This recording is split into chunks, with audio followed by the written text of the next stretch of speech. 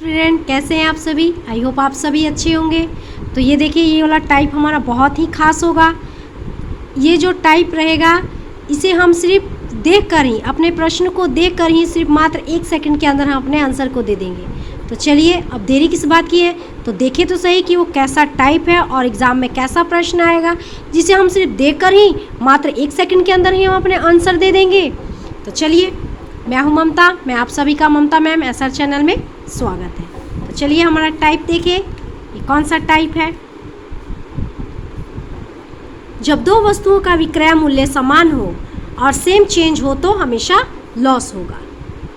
तो इसका मतलब क्या है, तो इसका मतलब ये है कि अगर कोई भी व्यक्ति है, दो वस्तु को एक ही रेट पर खरीद रहा है, ठीक है, पर यहाँ पर हमारा विक्रय मूल्य समान है, तो यहाँ पर मतलब कि हमारा SP होना चाहिए, ठीक है, और ये खरीदने वाला भी है, ठीक है, CP भी है, तो इसका भी देखेंगे और SP पे भी देखेंगे। तो चलिए सबसे पहले हम SP का ही देखते हैं, ठीक है।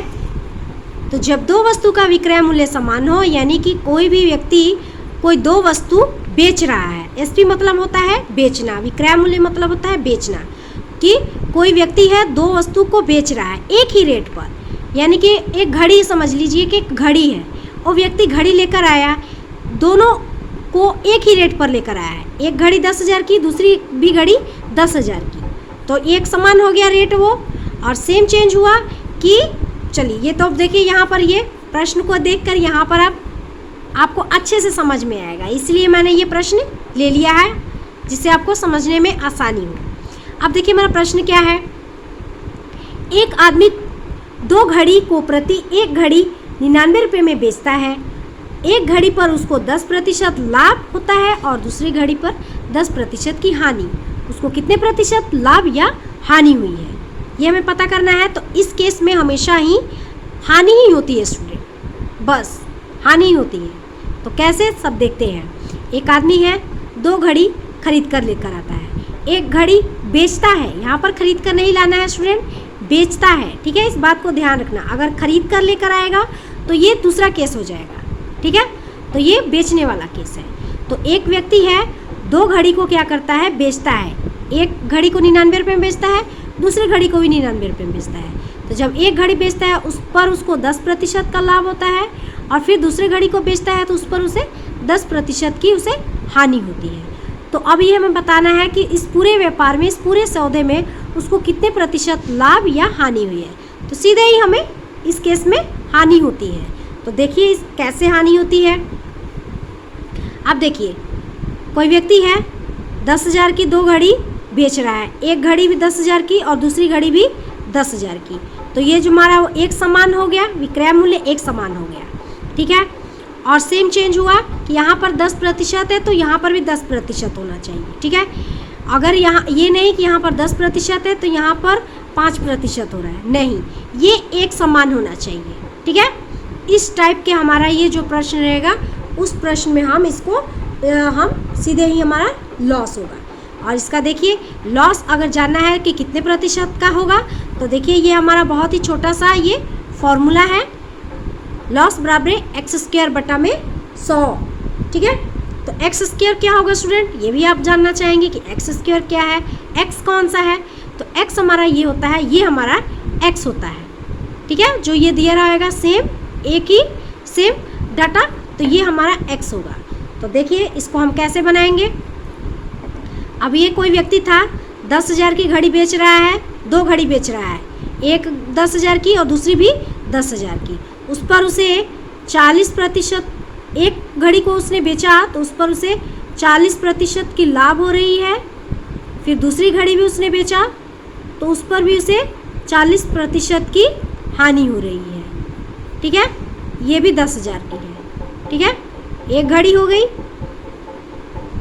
और ये दूसरी घड़ी हो गई, दो घड़ी बेच रहा है, ठीक है, ये बेच रहा है, SP है, ठीक है, ये 10,000 की और ये भी 10,000 की, और ये 40% लाभ पर जब उसने बेचा उसे, तो उसे उसको 40% की लाभ हो रही है, और फिर जब दूसरा उसने बेचा तो उस पर उसे 40% की हानि हो रही है। तब हमें इसे बताना है कि इस पूरे व्यापार में उसे कितने प्रतिशत की लाभ हो रही है या हानि हो रही है। तो इस व्यापार में हमेशा ही उसे लॉस ही होगा। अब ये जानेंगे कि आखिर लॉस होगा तो कितने प्रतिशत का होगा, ठीक है, ये जानेंगे। तो इसका बहुत ही छोटा सा फॉर्मूला है x² बटा 100, ठीक है, यहाँ पर ये प्रतिशत। तो देखिए x² क्या होगा, ये वाला हमारा x होता है, ठीक है, ये हमारा x होता है। तो इसका x² कैसे हम कर लेंगे, ये 40 स्क्वायर हो जाएगा और ये बटा में 100, यहाँ पर ये प्रतिशत। तो इसका कितना हो जाएगा, 4 चुके 16 और ये 2 0 हो जाएगा और ये 2 0 यहाँ पर, ये 100 2 0 कट गया, यानी कि उसे 16% की हानि हुई है, ठीक है। आई होप ये वाला आपको समझ में आया। तो चलिए, ये तो हमारा बेचने वाला केस हुआ। अब हम खरीदने वाला केस भी देखें कि खरीदने वाले केस में क्या होता है। जब दो वस्तु का सीपी समान हो और सेम चेंज हो तो नो प्रॉफिट नो लॉस, कि इस व्यापार में ना ही हमें लाभ होता है और ना ही हानि होती है। तो यहाँ पर तो आप ये समझ चुके हैं। हम यहाँ पर हम एसपी वाला किए हैं कि जब दो वस्तु का विक्रय मूल्य समान हो। अब हम देखेंगे कि जब दो वस्तुओं का हमारा क्रय मूल्य यानी कि सीपी एक समान हो और सेम चेंज हो तो ना ही उस व्यापार में हमें लाभ होता है और ना ही हानि होती है, ठीक है। तो चलिए, इससे ये जानने से पहले हम अपने ये वाले प्रश्न को तो बना लें पहले। तो चलिए, इस प्रश्न पर हम अपने प्रैक्टिस करते हैं। हमारा प्रश्न क्या था, एक आदमी 2 घड़ियों को प्रति घड़ी 99 रुपये में बेचता है और एक घड़ी पर उसको 10% लाभ होता है और दूसरी पर उसे 10% की हानि। उसको कितने प्रतिशत लाभ या हानि हुई है। तो ये तो हम सबसे पहले यही जान चुके हैं कि ये हानि होगी इस केस में। तो हानि होगी तो कितने प्रतिशत की होगी, तो ये हम जानेंगे। तो चलिए, एक व्यक्ति है, वो क्या करता है, घड़ी बेच रहा है, 2 घड़ी बेच रहा है, एक 99 रुपये में और दूसरी भी 99 रुपये में। दोनों घड़ी को 99 रुपये में बेच रहा है। तो एक घड़ी पर उसने उसको बेचा तो उसको 10% का लाभ हुआ। अब जब वो दूसरी घड़ी बेचा उसने तो उससे 10% की हानि हुई है। तो इस व्यापार में उसे कितने प्रतिशत के लाभ या हानि होगी, ये हमें बताना है। ये स्टूडेंट ध्यान में रखना होगा आपको कि ये वाला सेम होना चाहिए और जो खरीद कर लेकर आ रहा है, जो यहाँ पर बेचने वाला है, जो बेच रहा है, वो भी जो रेट है एक समान होना चाहिए, ठीक है। तो ये हमारा रेट है 99 रुपये घड़ी। ये घड़ी 99 रुपये में है और दूसरी घड़ी भी 99 रुपये में है। एक को बेचा उसने तो उसे 10% लाभ हो रहा है और एक को बेचा उसने तो उस पर उसे 10% की हानि होगी। तो हमें यही पता करना है कि इस व्यापार में उसे कुल कितने प्रतिशत की लाभ या हानि हो रही है। तो इसका छोटा सा फॉर्मूला है ये जानने के लिए, x² बटा 100। आई होप आपको तो याद भी हो चुका होगा। ये x² ये वाला स्टूडेंट होता है हमेशा, ये वाला जो 10 रहेगा ये, तो ये हमारा 10 का स्क्वायर हो जाएगा, ये 100 और ये 100 कट गया, 100 1 से कटा, यानी कि 1% की उसे हानि हुई है। चलिए, तो इस प्रैक्टिस में हमने ये वाला प्रश्न भी बना चुके हैं। आई होप आपको समझ में आया होगा। तो चलिए, अब हम क्रय मूल्य वाला जाने, सीपी वाला जाने कि सीपी वाला हमारे केस में कैसे हमें ना ही उस व्यापार में ना ही हमें लाभ होता है और ना ही हानि होती है। तो चलिए, अब देखिए कि कोई व्यक्ति है, ठीक है, वो 5000 की घड़ी लेकर आता है, ठीक है, खरीद कर लेकर आता है। एक घड़ी खरीद कर लेकर आया 5000 रुपये की, ठीक है। फिर दूसरी घड़ी भी खरीद कर लेकर आ रहा है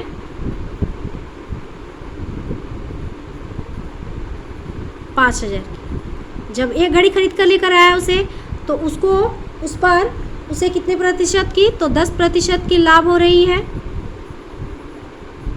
और जब दूसरे घड़ी भी खरीद कर लेकर आया उसे, तो उस पर उसे 10% की हानि हुई है। तो कितने प्रतिशत का उसे लाभ और हानि हुआ है, तो देखें। और ये स्टूडेंट, ये वाला केस, ये आप तो जान ही चुके होंगे कि ये अमाउंट का केस है ये, क्योंकि इसमें रुपए का चर्चा किया गया है। और जहाँ पर रुपए का चर्चा किया गया हो, अमाउंट का केस हो, वो हमेशा सीपी पर निकलता है, ठीक है। तो सीपी पर निकलता है तो 5,000 का 10% कितना हो जाएगा? 2 0 से 2 0 कट गया ये, यानी कि उसे 500 रुपये का लाभ हुआ है। और दूसरी घड़ी को खरीद कर लेकर आया, तो ये भी हमारा, ये आपको पता ही है कि अमाउंट का केस है, तो ये हमेशा सीपी पर ही निकलता है। तो ये 5,000 सीपी 5,000 गुना में ये 10% को जो दूसरी घड़ी खरीद कर लाया तो उस पर उसे 10% की हानि हुई है। तो 10% की हानि हुई है, तो 10/100, तो 5,000 का 10% हानि, तो ये हमारा हानि हो गया, 2 0 2 0 कट गया, यानी कि दूसरी घड़ी पर उसे 500 रुपये की हानि हुई है। तो इससे आपको ये तो समझ में आ ही रहा है कि इससे ना ही कोई प्रॉफिट हो रहा है और ना ही लॉस हो रहा है, क्योंकि ये दोनों अमाउंट सेम है। आई होप आपको ये समझ में आ चुका है स्टूडेंट कि जब दो वस्तुओं का विक्रय मूल्य एक समान हो और सेम चेंज हो तो हमेशा लॉस होगा, और जब दो वस्तुओं का सीपी समान हो और सेम चेंज हो तो नो प्रॉफिट नो लॉस। ठीक है, इस टाइप का एग्ज़ाम में ये वाला टाइप का प्रश्न आपके एग्ज़ाम में आ जाए तो आप 1 सेकंड के अंदर ही आप ये बताइए आप सॉल्व कर पाएंगे, बहुत ही आराम से आप सॉल्व कर पाएंगे। चलिए, तो ये भी टाइप हम सीख चुके हैं। अब देखिए, ऐसे ही एक और प्रश्न को हम देख के लेते हैं, इसमें हम एक और टाइप को भी सीखेंगे। ठीक है, तो चलिए ये दूसरे टाइप भी सीखने के लिए आप तैयार रहिए, बिना स्किप किए इस वीडियो को साथ जुड़े रहिए। अगर अच्छा लगे तो प्लीज़ लाइक कीजिएगा और सब्सक्राइब कीजिएगा। ए ने एक वस्तु 400 रुपये में खरीदी, वह उसे बी को 20% लाभ पर बेचता है। बी उस वस्तु को सी को 10% लाभ पर बेचता है। सी ने बी को कितने रुपए चुकाए? तो देखिए, ए है, ए ने क्या किया है, एक वस्तु खरीदा। खरीदा मतलब क्या हुआ, खरीदा है क्या है, तो ये हमारा सीपी हुआ। ए ने 400 रुपये में कोई वस्तु को खरीदी है, ठीक है, 400 रुपये में। फिर ए ने क्या किया, ए ने क्या किया है, उसे बी को 20% लाभ पर उसे बेच देता है। फिर क्या किया, बी ने क्या किया, उसे सी को 10% लाभ पर उसे फिर बेच देता है। ठीक है, अब हमें बताना है कि सी ने क्या किया है, बी को कितने रुपए चुकाए हैं। ए हमें पता है और सी हमें पता करना है। ठीक है, सीपी हमें पता है और एसपी पता करना है। तो आप देखिए स्टूडेंट, आप ये मैंने आपको होल वैल्यू का इसमें हम सीधा गुना करेंगे। मैंने बहुत ही अच्छे से होल वैल्यू का सीधा गुना और उल्टा गुना बहुत अच्छे से समझाया है। अगर आप सीखना चाहेंगे तो आप, मैंने डिस्क्रिप्शन में लिंक डाल दिया है, आप सीख सकते हैं। इसीलिए मैंने होल वैल्यू का ये बहुत ही यूज़ होता है। ठीक है, तो देखिए होल वैल्यू का हम कैसे देखेंगे। हम ए पर खड़े हैं, हम ए पर खड़े हैं और हमें सी पर हमें जाना है। ए पर खड़े हैं, हमें सी पर जाना है, तो हम क्या हो रहे हैं, सीधा जा रहे हैं। तो हम होल वैल्यू का क्या करेंगे, सीधा गुना करेंगे। अगर स्टूडेंट, अगर हमें सी का हमें रेट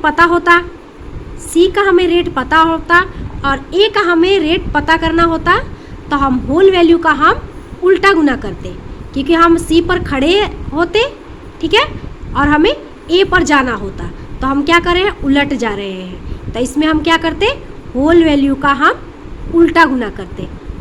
ठीक है, उल्टा गुना करते हम इसमें। ठीक है, तो चलिए इसमें हम तो होल वैल्यू का सीधा गुना करेंगे। तो सबसे पहले हम क्या करेंगे, 20% का मान निकालेंगे, होल वैल्यू। ठीक है, 20% का मान कितना हो जाएगा, 1/5 लाभ है, ये लाभ है तो क्या करेंगे, जोड़कर, तो ये 5 1 6 और 6/5 हो जाएगा। और दूसरा कितना है, ये दूसरा कितना है, 10% लाभ है, 10% लाभ है, तो 10% लाभ है तो क्या करेंगे, जोड़कर लिखेंगे। तो सबसे पहले 10% का मान हमारा कितना हो जाएगा, 1/10। और 10% का मान कैसे निकालेंगे स्टूडेंट, जिनको नहीं आता है आप यहाँ पर सीख लीजिए। 10% का मान 10/100, 0 से 0 कट गया, 1/10 हो गया। ठीक है, अब 1/10 हो गया। लाभ है तो जोड़कर लिखेंगे 11/10, ठीक है। ए हमें पता है और सी हमें पर जाना है, तो हम क्या करेंगे, होल वैल्यू का सीधा गुना करेंगे। अब होल वैल्यू का सीधा गुना हो जाएगा कि सीधा ही हम गुना इसको सीधा ही लिखेंगे, 400 यहाँ पर लिखेंगे गुना में। अब ये हमारा 6/5 सीधे ही हम इसको ऐसे लिखेंगे। अगर होल वैल्यू का उल्टा गुना होता तो हम इसको लिखते उलट कर लिखते, यानी कि 5/6 हो जाता और ये हो जाता 10/11, ठीक है। लेकिन हम इसमें होल वैल्यू का सीधा गुना लिख रहे हैं, तो सीधा गुना हो जाएगा ये 6/5, एक ये हो गया और ये 11/10। अब इसको काटे, 0 से 0 कट गया, ठीक है। अब इसको करें 5 8 40, ठीक है, 8 5 40, कुछ भी कह सकते हैं, दोनों ही बात बराबर ही है। अब इसको हम गुना करेंगे, 5 गुना 6 गुना 11। अब इसको हम गुना करेंगे तो हमारा गुना करके कितना आ जाएगा, गुना कीजिए जल्दी से, 528 रुपये उसे चुकाना पड़ेगा। आई होप स्टूडेंट आपको ये समझ में आया। अगर अच्छा लगेगा तो लाइक कीजिएगा और इस चैनल को सब्सक्राइब कीजिएगा। अगर आप सब्सक्राइब किए रहे होंगे तो जितने भी मैं वीडियोस अपलोड करूँगी तो सबसे पहले आपके पास नोटिफिकेशन पहुँचेगा, ठीक है। हमने इस वीडियो में 2 टाइप को सीखा, ठीक है। एक तो इस टाइप में हमने होल वैल्यू का उल्टा गुना और सीधा गुना, जो कि हर स्टूडेंट को आना बहुत ज़रूरी है, हर स्टूडेंट को आना चाहिए। बहुत सारे ये प्रॉफिट एंड लॉस में बहुत सारे प्रश्न होता है जिसमें हम होल वैल्यू का हम सीधा गुना और या उल्टा गुना हम यूज़ करके हम अपने प्रश्न को बहुत ही जल्दी सॉल्व कर सकते हैं, ठीक है। तो अगर आप सीखना चाहेंगे तो मैंने डिस्क्रिप्शन में उसका लिंक डाल दिया है, आप सीख सकते हैं, ठीक है। और एक